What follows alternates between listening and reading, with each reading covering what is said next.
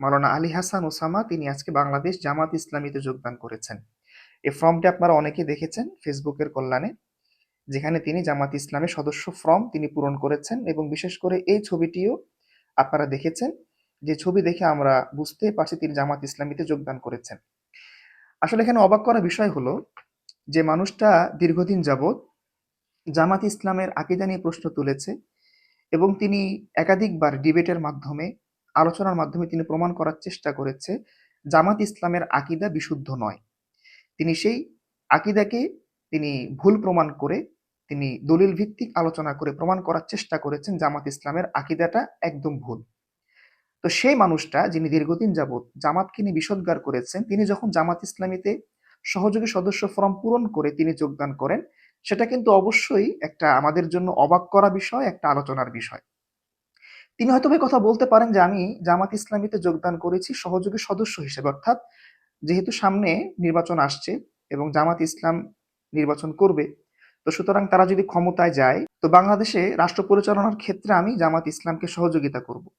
তিনি যদি এই কথা বলেন, হয়তো তিনি বলতেও পারেন, বলা যায় না, তাহলে আমরা এই কথা বলবো যে আসলে কোনো দলকে বা কোনো জামাতকে সহযোগিতা করার জন্য সেই দলের সদস্য ফরম পূরণ করতে হয় না। আপনি সেই দলের সদস্য ফরম পূরণ করার মানে হলো আপনি সেই দলের আকীদাকে গ্রহণ করে আপনি তাদের অন্তর্ভুক্ত হয়ে যাওয়া।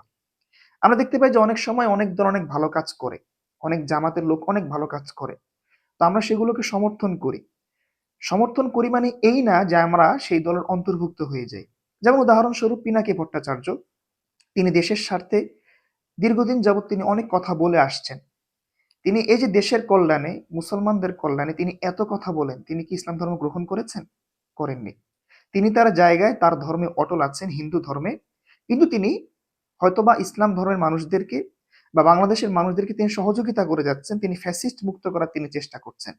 তো কাজে সহযোগিতা করতে হলে কোনো দলের অন্তর্ভুক্ত হতে হয় না, যেটা মাওলানা আলী হাসান ওসামা তার মতো একজন মানুষ একটা দলকে সহযোগিতা করার জন্য তিনি সদস্য ফরম পূরণ করে ফেললেন। তো এখন এই মুহূর্তে আসলে আমরা তাকে কি বলতে পারি?